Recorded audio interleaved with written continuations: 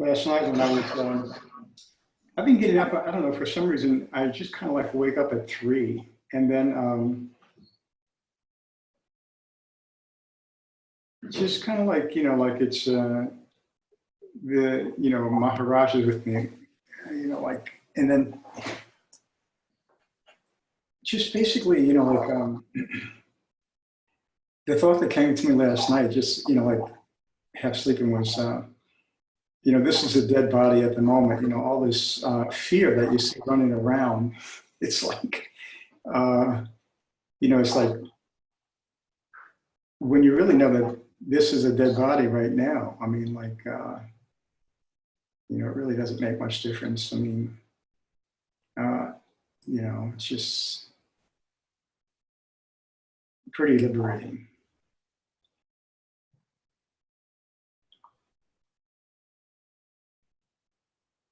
And even the body is an appearance and is illusion. Yeah. The body and the body-based existence, the body-based experience is all illusion. You're formless.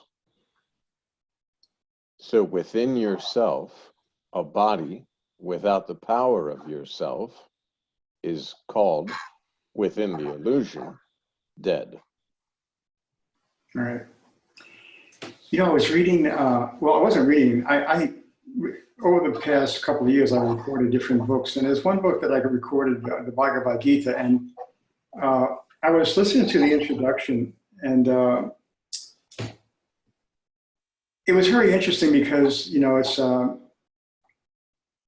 what the person was saying. He's like a scholar actually, but he was saying that I don't even know what his name is because I just was listening to what was there. I didn't do all the I don't read all the introduction, all that kind of stuff in terms of, you know, the author and all that. But basically, he was saying that you know, just the whole idea of matter, mind, energy, it's just one continuum. You know, basically, we bring to experience the categories of our own mind, and we only see with the mind, the structure of the mind. You don't really see the reality behind it. And so when a person, you know, like actually is free of the mind, they see that unity. You know, they're basically they have this, the realization that that they are that, basically. You know, it's just really amazing. You know, just what some of the things that were mentioned there. You know, he was basically comparing, you know, like Thomas Aquinas and Sankara and all these, you know, thinkers and so forth, and the Indian philosophy and so forth. I mean, it's really, you know, like you know, the terminology sometimes seems to be kind of like old-fashioned, but it's just incredibly interesting. But basically, you know, it's just, and there's, with the Bhagavad Gita, there's just so many different paths that people can use. You know, the path of devotion, the path of jnana, knowledge, the path of, you know, action without concern for the fruits of the action.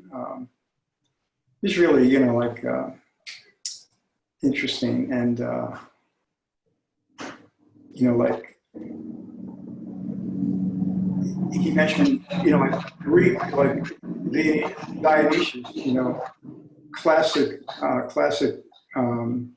example of what Maharaj is saying. Just, you know, that quote from that. He mentioned Teresa of Avila, John of the Cross, Meister Eckhart, and Royce Brooke, all just in kind of different, from different worlds, kind of saying a lot of the same thing. But it was really, you know, just really interesting. And then I listened to one of the sad songs by Ramji, because I have recorded those. And I mean, from his book, I just read them into my, because understanding his English was really challenging.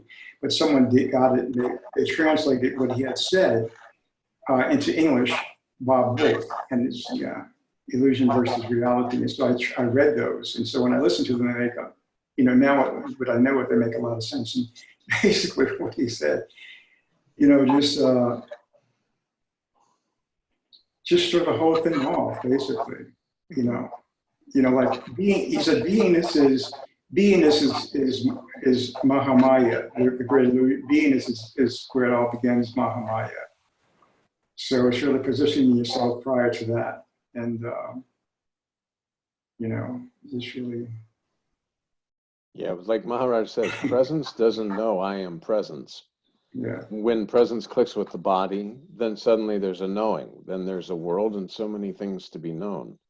And bhakti, jnana, siva, all of these things are basically unwinding back to prior to beingness. Right, because if you do siva service and you're doing service for others and not taking action, then the mind is not impressing that there's somebody acting.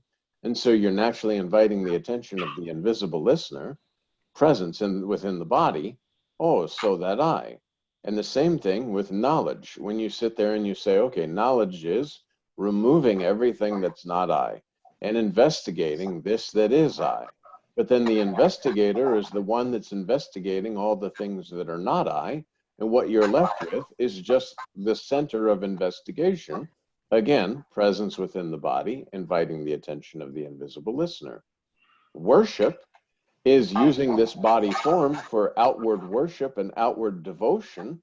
And there's a feeling of, I surrender anything that's mine to you. And again, that's unwinding the false and going to yourself as the presence prior to knowing yourself through beingness. That's right. Yeah, that's really good. Everything in the world is in this way. Each of these different paths are doing the same thing, inviting the attention of the invisible listener that you are not body, you were not body, you're not going to remain the body. And if you do selfless work, you won't take ego of being a doer. If you do bhakti, then you're surrendering all aspects of this body and all its activities to that higher power, so to speak, to Brahman. And in doing all of this, then your mind quietens down because, okay, you say, Master, I want nothing to be other than your will. I surrender in a bhakti type devotion. So that then if you're in the hospital, you just say, okay, this is the will. This is your will. You are with me. You gave me this mantra. Whenever I'm disturbed, I come to mantra. I come to presence. Because Master in body form was the formless presence, knowing itself without body, speaking through the body to the presence within this body that still had the belief that it was contained within a body. And all of that was occurring within the bubble of illusion of I exist.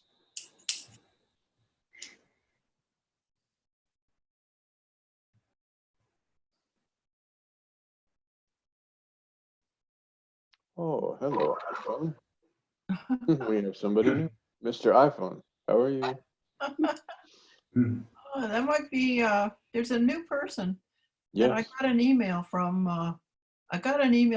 Amit, and I put somebody else, he said, put this guy on the mailing list. I think his name is Aaron. I don't know if that's him or not, but I added him to the list. Good, good. Well, welcome. Yeah.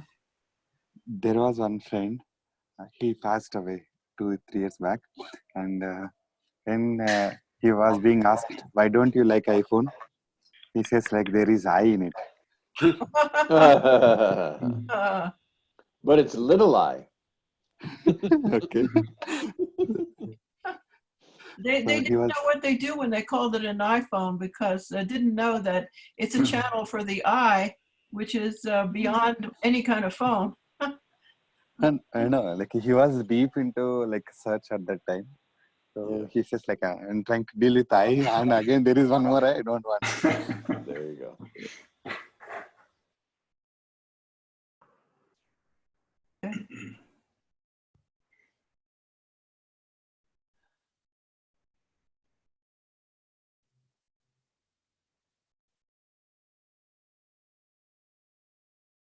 I read something recently that was sort of related. I don't know. I can sort of relate it to what we were just saying, or what Andrew was saying. It's a they're mentioning this lady named Bernadette Roberts, who wrote some pretty amazing detailed descriptions of mystical experiences of hers, and she says here. Bernadette Roberts said about the no self condition or experience, which is the full understanding of the nature of non-dual reality, that it is not integrable with the human condition.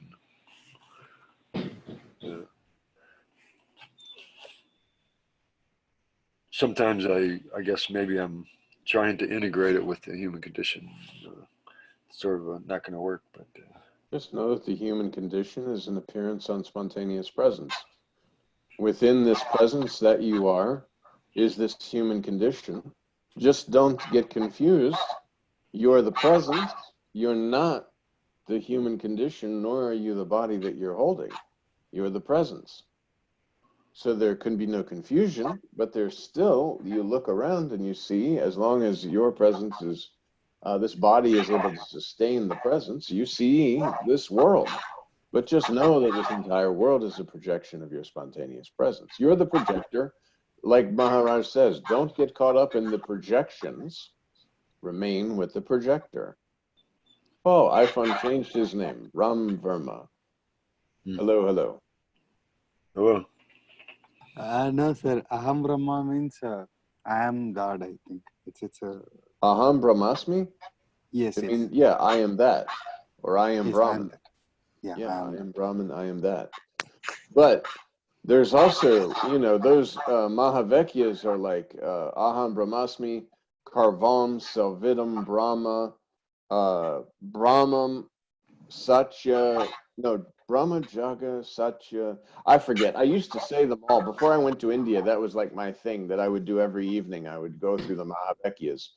And the main thing is, all of this, including me, is that absolute reality. Because that absolute reality is all there is. There is no me other than an appearance or one of the projections that the projector is projecting. Again, presence is like you could consider the space in the room and clicked with a body form and suddenly said, I exist. Or in the form of an ant, or in the form of a cockroach, or in the form of a spider, or in the form of a dog, or a cat, or a little kid. Whatever form that this presence that's everywhere seemingly knows the sense of existence through, the identification is immediately, the first time I ever know myself is in this body form. I feel this is me, and I have people around me who label this body form. So this I that I don't know becomes this name that I do, labeled with this body that I know, because prior to the body, I did not know I was.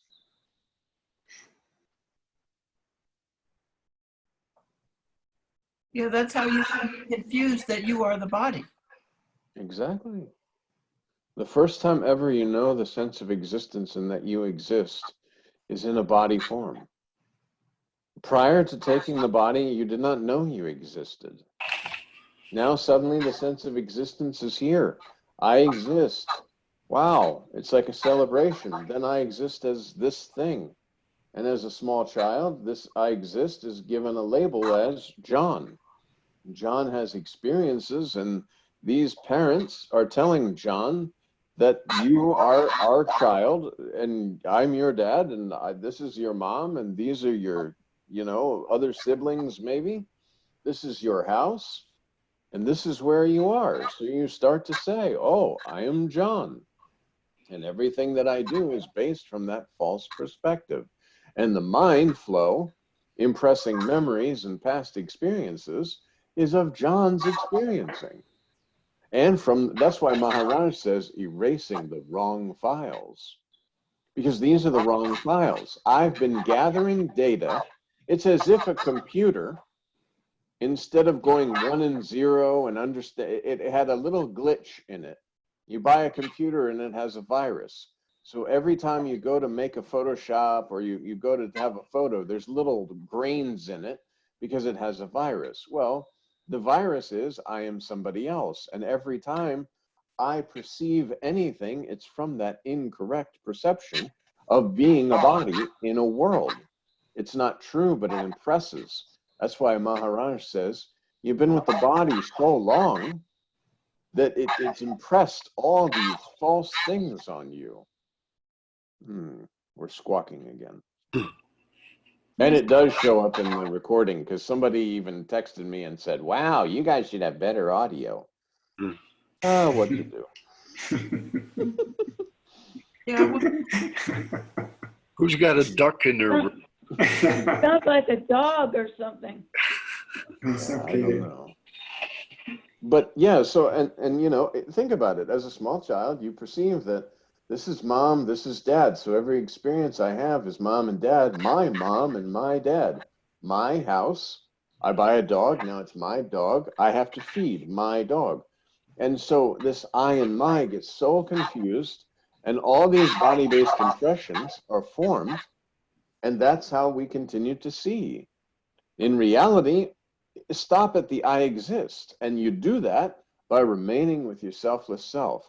We just talked about bhakti. Why bhakti? Why devotion? Because devotion is outward surrender of this thing that you are not. Because most devotion is, I am at your feet, master, or thy will, not mine, be done, or whatever you want to say. It's surrendering the concept of being something other. That's devotion. The bhakti. The Siva service, same thing. I want to go and do all this service, but I don't take credit for anything I do because God's doing it through me. So that impresses the fact that there's no me, that I'm just an instrument. And all of these things are doing what? They're just erasing illusion. Mantra erases illusion because illusory thoughts that are coming through are discarded and swept out. Like Maharaj says, you take a broom and you sweep them out. And the basis is you just want to undo all these false thinkings, all these false perceptions, these memories that are not true because they all were corrupted memories. Not a single memory that you have is true because it's corrupted as you being a body, which you are not. And then yet, at the time of so-called death or leaving the body, these memories will bother you, even though these memories are not true and they're the wrong files and they were all from the perspective of a virus. You want to hold on to these memories and these memories of what about my life? Because you're remembering your life from the false perception of being someone, and you are not. And this causes fear and, all this stuff of, what my life and my memories, but all your memories were from a false perspective. All the knowledge you've acquired is from a false perspective. All the relations, even mom and dad, it's not mom and dad, it's you in the form of mom and dad, and you in the form of little kid. So if you knew, if you came to know your existence and, I exist, I'm completely formless, but there's a form-based world that I seem to be in, that I can use a body and have experience, but not be touched by any of it. And I don't need this memory to be so cherished about John's lovely memories, because there's no John. It's just John is the instrument that presence is using to experience the world. Without a body, you have no experience. Without the sense of duality, you'd have no experience. So when you remain prior to beingness, you can use a body and have experiences, but you're not actually having experiences because you never leave the correct position. I am not body. Krishna told Arjuna that he told him so much. I mean, it's an amazing little book. He told him in one part that even if you decide not to fight in this war, you will fight in this war because you're simply an instrument, and it's already, it's done. Yes. Basically. Yes. And he told Arjuna, don't try to be the best warrior, or don't try to go out there and take ego of, I have to win, and just do your duty. Right. Yeah. Show up and do your duty. There's a fight to be had, there needs to be a fight. You don't have to think that it's Arjuna killing his cousins and all this. It is just there is a task and a duty to be done. Do your job, do your duties. Don't take ownership of these things because you are not body. And the whole idea of Krishna, when he turns into all these, almost like an acid trip for Arjuna, is showing him what Arjuna believes and what he wants to see, throwing away all the concepts, because in reality, there's no separation between Arjuna and Krishna. And Krishna knows this completely using body form. He's also speaking to Krishna, or that you are, within the body form of Arjuna, and telling Arjuna, eliminate these body-based concepts, because only the body-based concept wants to see the acid trip of spiritual worlds and all this. Only the body base wants to have spiritual experiences. That's why Maharaj, and Nisargadatta Maharaj was very strict about, do not talk about your spiritual experiences with other disciples, because A, you're giving ego to yourself and ruining your spiritual body, and B, you're causing others to be disturbed, because if you say, last night I was meditating and the walls fell down and I went into this bright light and then I surfed the bright light and I wound up in India and there was Maharaj, and they're like, I'm not having that experience. But remember, there's no experience, no experiencer. The experiencer that's having the experience is the reality. All the experiences are just things that are seen, the projections from the reality. Even your experience of, oh, I can feel myself as bodiless, is not quite right, because you're experiencing from a point of view of a body feeling like they're formless, when in reality it's the formlessness that you are that is just this illusion of being in a body, and all these body-based impressions are dissolving. It's just, you have to, it's like a glove. You've turned the glove a little bit, and you just have to, it's a reverse. Like, from the position of a body, I feel samadhi. From the position of the formlessness, there's just a dissolving of all the things that are not.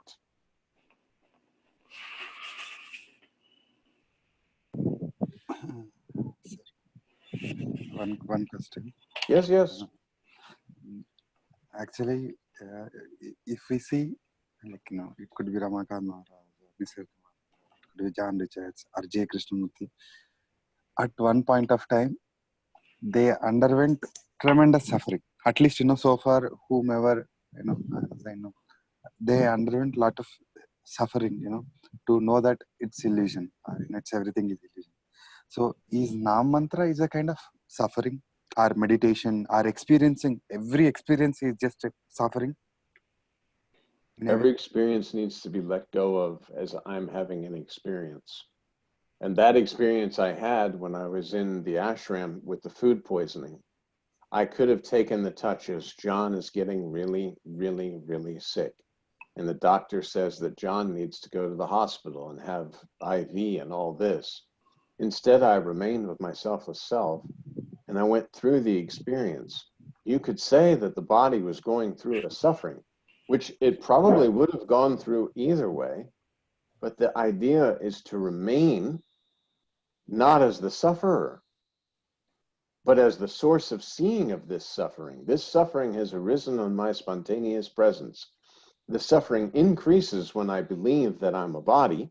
The suffering decreases or almost dissolves when I know that the body that's going through these experiences is not me. That is not myself.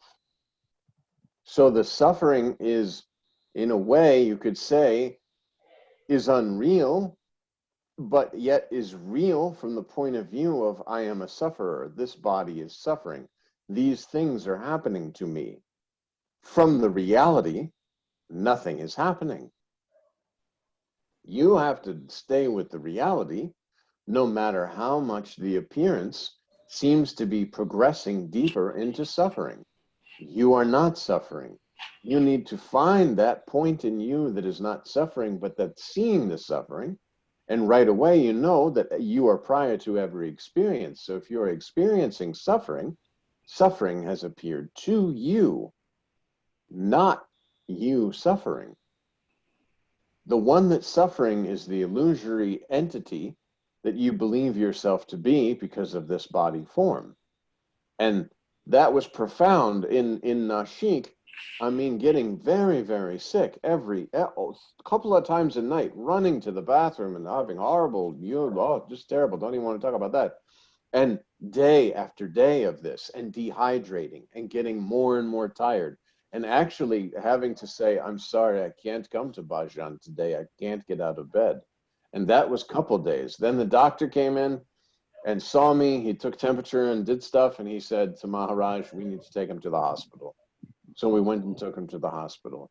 But the whole time, remaining with mantra and actually being willing, whatever of me that can die, let it go.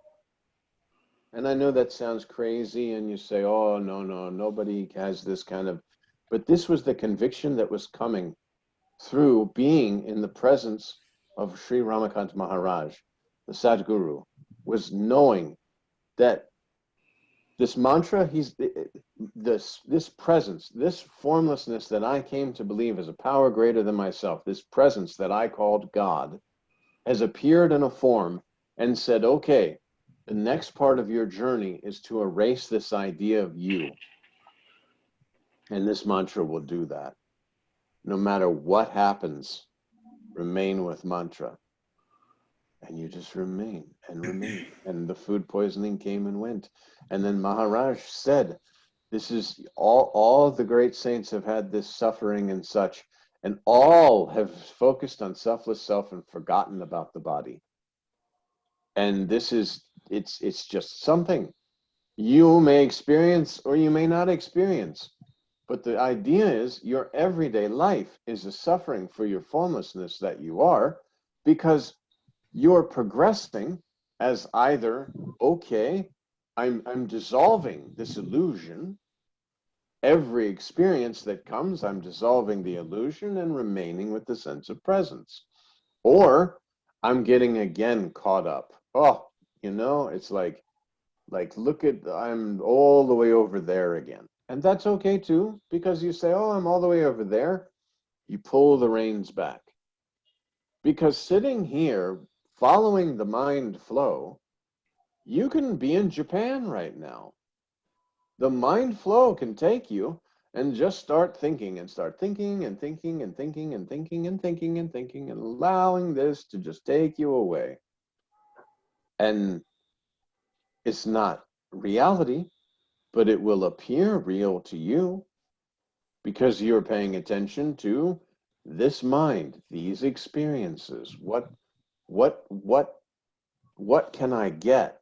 But you're formless. Your basket, it's empty. With a hole in the bottom. Everything you put in this basket, it just falls through. And there's no need to acquire. I think Maharaj says, did you come into world with pockets? No. So there's no need to gather and put things together, You do your job, do your duties, remain formless. A situation arises, such as this coronavirus. Observe the one that is observing the disturbance about the coronavirus. It's totally okay to be like, okay, I'm looking at news and I want to see, oh, wow, the death toll is like 10% worldwide. Oh, that's kind of a little bit not good, but I'm not body. The entire world is illusion. And yet I can participate and I can have compassion because I know I'm not body. Gives you a great deal of freedom. Yeah, I don't have a dog in the fight. It would be like just this, okay, example.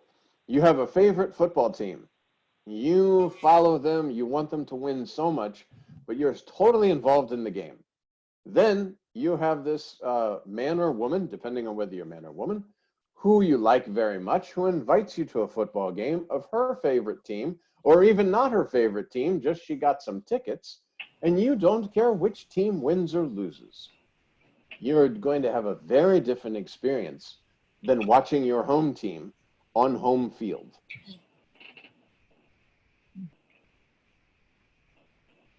Why? Because of identification and involvement on the appearances that are happening.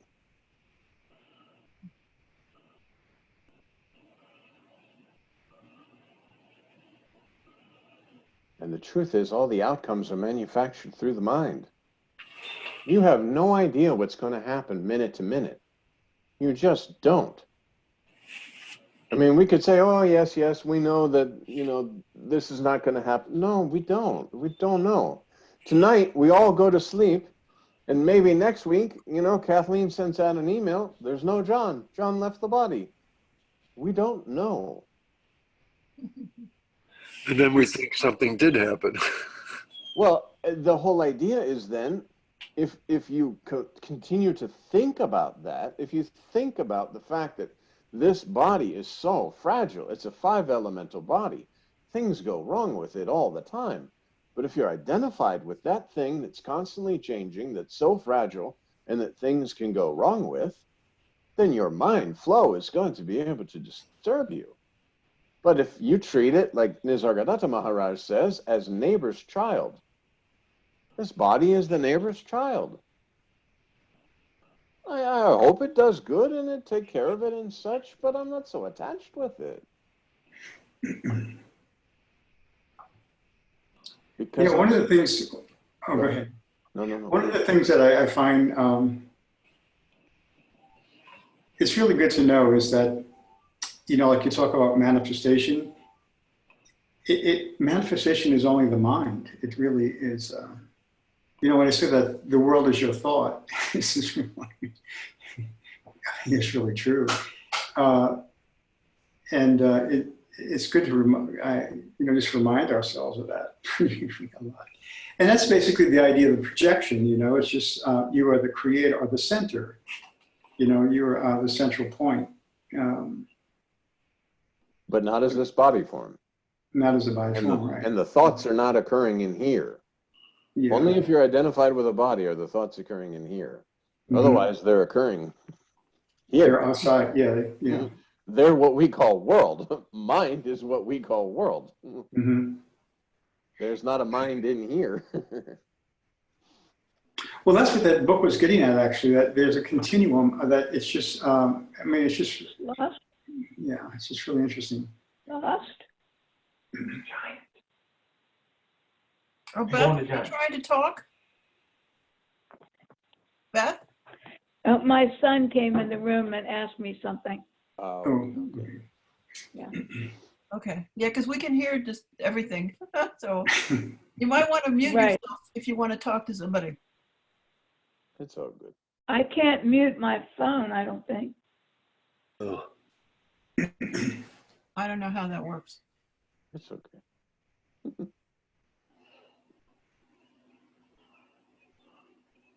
Sir, I think that is Ram Kumar Verma, the one who is participating now. He is,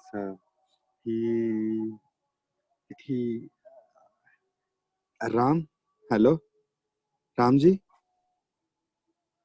Hi. Hey, hi Ramji, you can turn on the video. It's okay today. Okay. Cool. Sir, we met, actually he wanted to meet Maharaj. He even tried to meet Maharaj like before the Maharaj demise. Like one day before he started to going Nashik. But yeah, he apparently came to know that Maharaj left the body. Well, you'll come to know the Maharaj if you can read the book Selfless Self, you can read the book Ultimate Truth, read the book I Am That. You'll start to feel Maharaj. You'll start to feel that presence. And then the words that Ramakant Maharaj is giving you to take you back to yourself and erase the body knowledge, as you begin to feel the presence through these books because you're reading the reader, then you'll know, oh, so I am that. Then you'll start to remain with that presence. Then you've met Maharaj. And you can bow to Maharaj's feet by remaining with your selfless self.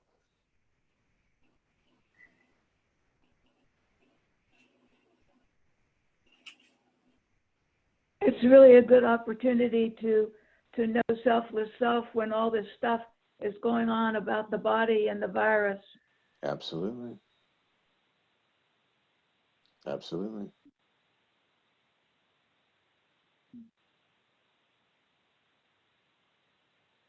Yeah, you can participate. I mean, I will read different articles and things that are popping up and different various things at work. We're all teleworking now and locked down in the house, not able to go back and forth to Washington, D.C. And, but these are just things, they're just, the scenes are changing.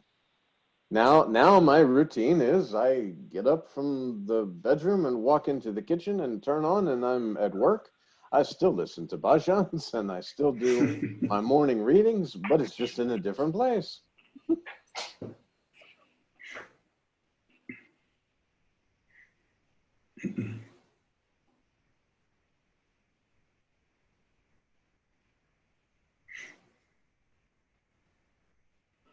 And I can even chat with my colleagues on Teams. We talked about the fact that there's this chart and it looks like, okay, like 190,000 people are playing the game. And so far, like 8,000 have died and the other like 70,000 have recuperated. But there's still that exact same number still playing the game. And that's if the game stopped today. And this is going to exponentially increase by 5, 6, 7, 8-fold. So the death rate is going to go into like around 10%. But these are just statistics and speaking.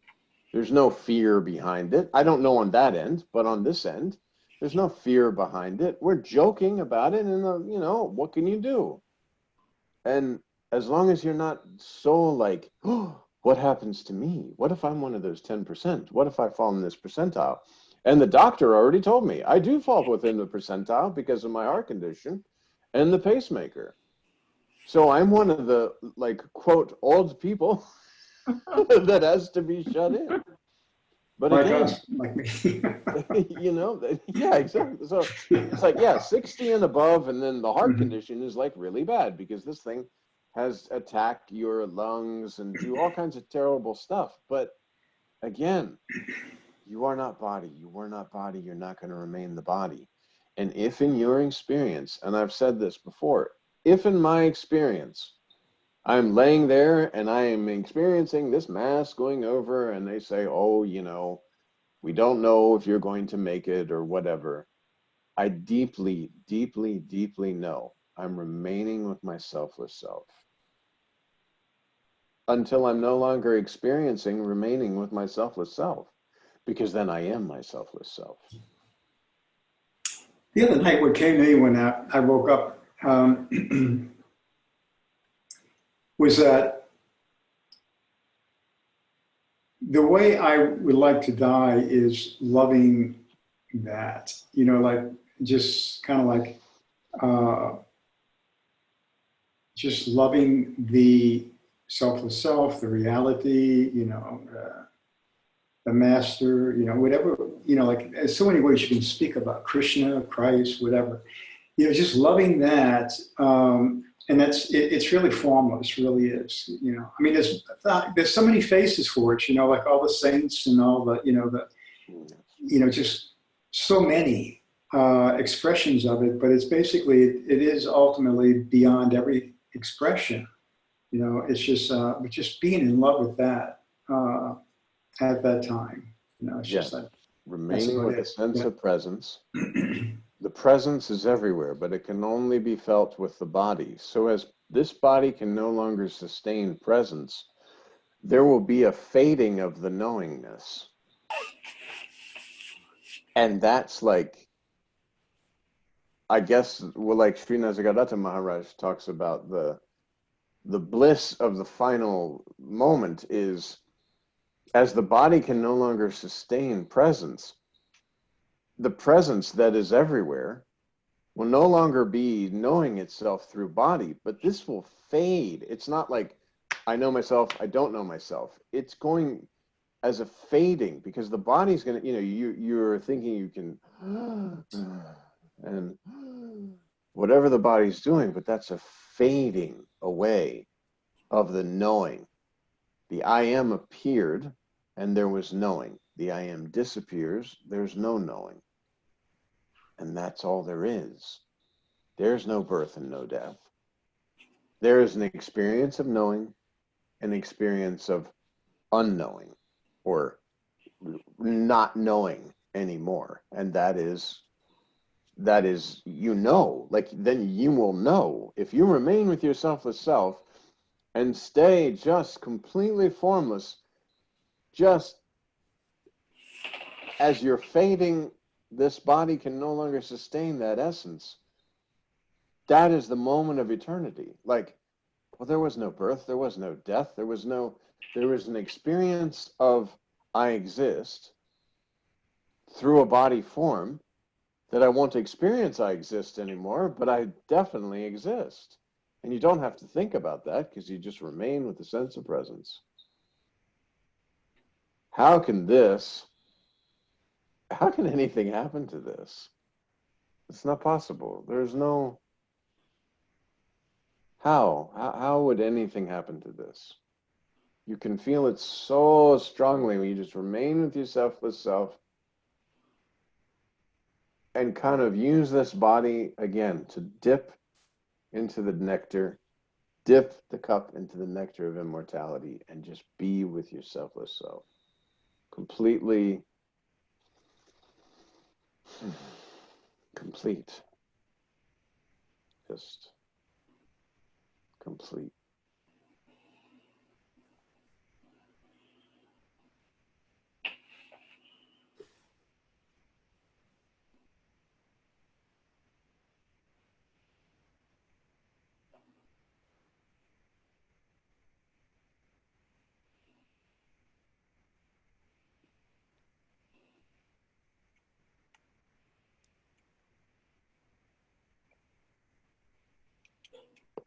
you don't have any other choice anyway. It's like, Well, I mean, you like, believe you're a body, yeah. and that's why they tell the stories of like No, the I mean, guy. it's the best choice. I mean, it's the only real choice, you might say, that makes any sense at all. You know what I'm saying? It's like, But this is, and like Maharaj says, you don't want to discover yourself as self on your deathbed no. and wonder. The conviction has to be, I am not body, I was not body, I'm not going to remain the body. I'm going to remain with this sense of presence. This sense of presence is myself. It's letting me know that I'm there. I did not know myself through the body. I know the sense of presence, and I know I exist. This is pointing back to that was there prior to experience itself. Prior to beingness, yeah. Prior to beingness. Beingness appeared to that you are, that did not know you are. And that's why Maharaj says, presence doesn't know I am presence.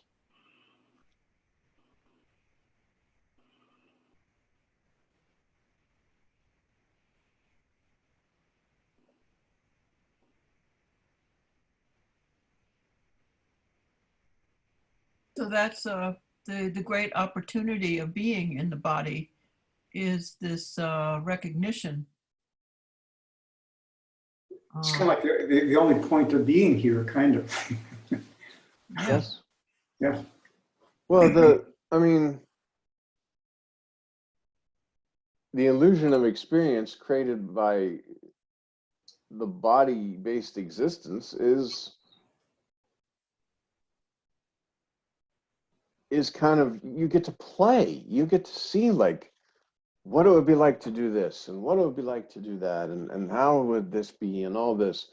It's the only situation that's troubling, so to speak, is believing you're like, rather than just playing a Monopoly game and moving around and paying the rents and getting the money and all that, and knowing that when the game's over, it's all fun. It's identifying with the game. I am this little dog. Oh my God, I landed on Boardwalk and I'm wiped out $2,000. How can that happen? I have to borrow money from the bank to pay for this stupid hotel. Oh, I'm doing so terrible in this game. Or, oh, look at this. I passed go, and oh, look at that. I just landed on Boardwalk. Well, at least my dog's staying in a nice place for tonight. You know? My dog's staying on the nicest hotel on the board tonight. So, okay. Yeah, wouldn't it be amazing the world that we would have if everybody saw that particular analogy, you know, that it's all just you know, a game sort, you know. Monopoly. Yeah. Yeah. Very much so. And I may have, as a young boy, the desire to be president of the United States, or to go off to college and be an astronaut, but that may not be where this body form and this body is, this body story is going. And as long as I don't identify with this body and get so hung up on, why isn't this body doing better? Why isn't this John doing better? And then I sit with myself and I think, and I beat myself up. Why aren't I not doing better? But because I'm identifying with the body. The body's going to go through the experiences that it goes through. There's really nothing that you can do about it. Yeah, that's almost like King Lear thinking, you know, maybe I better talk about the author here because I don't like this situation I'm in, so I should talk to the author to change the script. Exactly. Exactly. Because the King Lear has nothing to do with the circumstances of his life. He's just acting out something it's somebody named, you know, some god named Shakespeare wrote. And so, you know, we have somebody wrote the script and you're just here to live it out. Exactly. The same with the author in the book. And they talk about, I think Maharaj has talked about before, the characters in the book complaining to the author that, you know, you're making me into a mean character. I don't want to be a mean character. Or, I'm this depressed character. I don't really, I'm not feeling depressed. I don't want to go down that route. But it's kind of like the gunas, like the three gunas. yes, We have nothing to do with them. I mean, correct. I think this whole thing is about you're totally separate from them. It's just they're happening, whatever way they're going, whatever. And the rajas and the tamas and the yes, sattvic. and those are, as long as you're not identifying with the body, then you're not taking ownership or doership of various things. You make a mistake, okay, it's done, finished. You don't have to keep thinking about it all day long. You get into an argument with a friend, okay, maybe you apologize. You say, okay, maybe I wasn't so. But if the egoistic sense of self says, I'm never speaking to them again, then you've created an experience, a me and a them. If things just are arising in front, and everything's appearing on my spontaneous presence, the seer is true, the scenes are not. The scenes come and go, but the seer that sees the scenes come and go is not coming and going. Because if you were coming and going with all the scenes, you wouldn't notice that the scenes were changing. You would be just flowing along with the scenes. So the scenes change. One day may be very good, one may be very bad. And why very good, very bad? Based on identification with the body and mind flow saying it's a bad day or it's a good day. And this is just not true. If you even look back in your whole life as this body form, you can see that many times it's just ups and downs and ups and downs, and you do the best you can in the moment and forget it. You don't sit there and regret the past, and you don't try to predict the future. If a car is coming towards you, you jump out of the way. But you don't have to sit there and curse and write the guy's phone number or, license plate number down and go and scream at him about how irritated you are. And it takes you 6 months to find his house. No, you jump out of the way. If it's raining, like Maharaj says, if it's raining, you put an umbrella up to not get wet. Or if you don't have an umbrella and you're getting wet, you'll get dry. So it's not so much harm getting wet. The clothes get wet in the dryer anyway, or in the washing machine anyway. So there's no big deal unless you create a position and then allow this egoistic identification to enforce that position and make this little anthill a big mountain. And the reality is both the anthill, and the mountain are projections on your spontaneous presence. Sir, how the presence you are pointing is experiencing through the body. That means even everything appearing is same, na? Like not only the living things. I think non-sentient things also like that, na? Like. Well, again, think about it as a dream. You're laying down. You're able to see the dream. You're able to interact with the dream. You're able to be inside the dream. Yet you're laying down as this body. Everything is formless. All the forms that you're seeing, including the body that you're using when you're in the dream, have come out of formlessness and appeared as form. And the seer and the projector of this dream is not in the dream at all. You are not in your dream. You're sort of in an outside kind of state, observing the dream, but you observe the dream as one of the dream characters within the dream. But the dream itself is being projected from you. So every person you meet in the dream is your own self. And you're seeing the dream as a position of being a body or something in the dream, because otherwise how you see the dream? You cannot see the dream. So even though you're formless and you're, like Maharaj talks about, video shooting, you're recording the dream.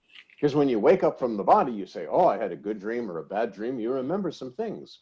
But how did you experience that dream? You had to identify with an object within the dream to see what was going on inside the dream.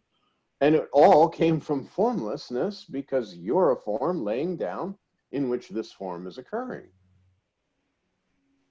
You go to sleep at night. And you know yourself. You see, you feel the body, feel the body, feel the body. You drift off to sleep, no longer feel the body. Then boom, then a dream. Now you feel a different body and you see a different world and you're moving about. But that all took place within the consciousness. Now what Maharaj is saying, and what all the masters are saying, accept yourself, the self. There's no God, no Brahman, no Paramatman, no master. And this is that the body that's laying down, that's projecting the dream consciousness, the consciousness is projecting the body that's laying down, that's projecting the dream consciousness. Both consciousnesses, it's only one. There's no separate dream consciousness and waking consciousness. It's just identifications with the objects within each consciousness in which you're seeing this so-called world, whether it be waking world or dream world.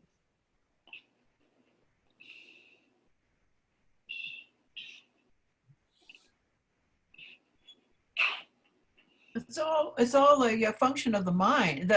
There isn't a mind, but just thoughts are so, they're like things, you know, they're just powerful as far as creating what appears to be, you know, reality, which is not. Well, and again, prior to body experience, prior to beingness, you didn't know thought. You weren't thinking. Right. Because there wasn't even any sense that you existed. Yeah, it'd be nice not to have any thoughts. I guess you could look at it that way. Well, within the body form, you can definitely have no thoughts because you're not identifying with the body as being in the world. Right. The You're thoughts are basically just, in the deep sleep state, kind of. You're yeah. there, but not there. No Yeah. consciousness is stirring to create an illusory experience. That's why they say that awakening is like deep sleep. It's, I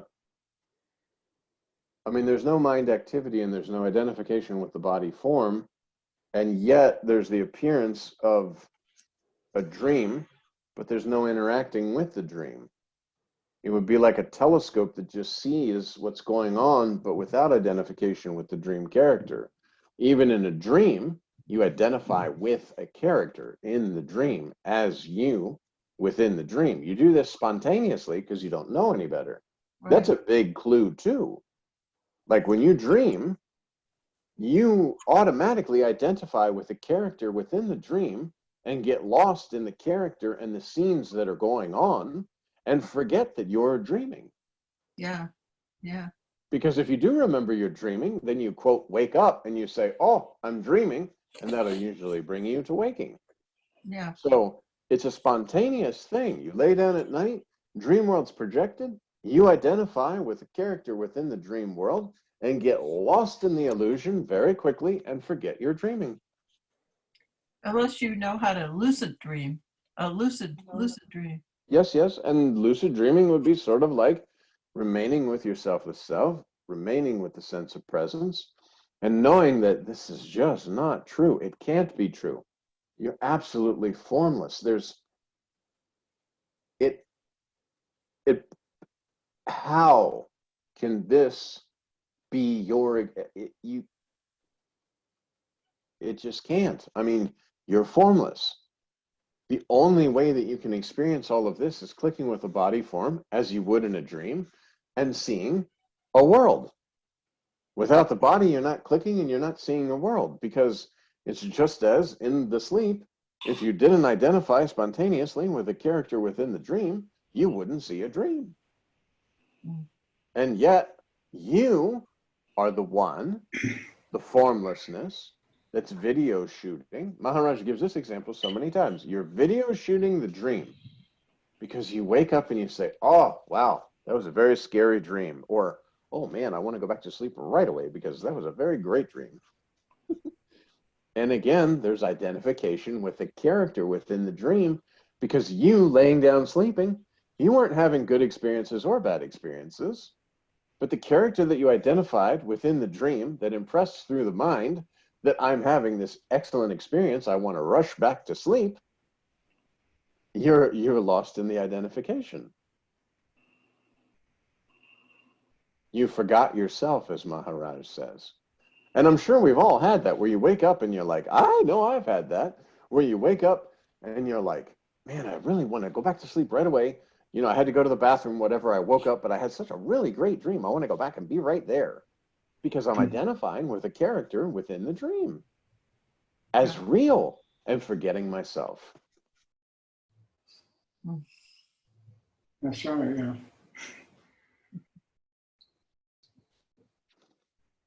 Oh, It is time, I think, John. yes. Okay. Thank you all Okay, very thank much. you all. Thank you. Be Hi, safe. John. Thank Good you. night. Bye-bye. Yo. Bye-bye. Yes.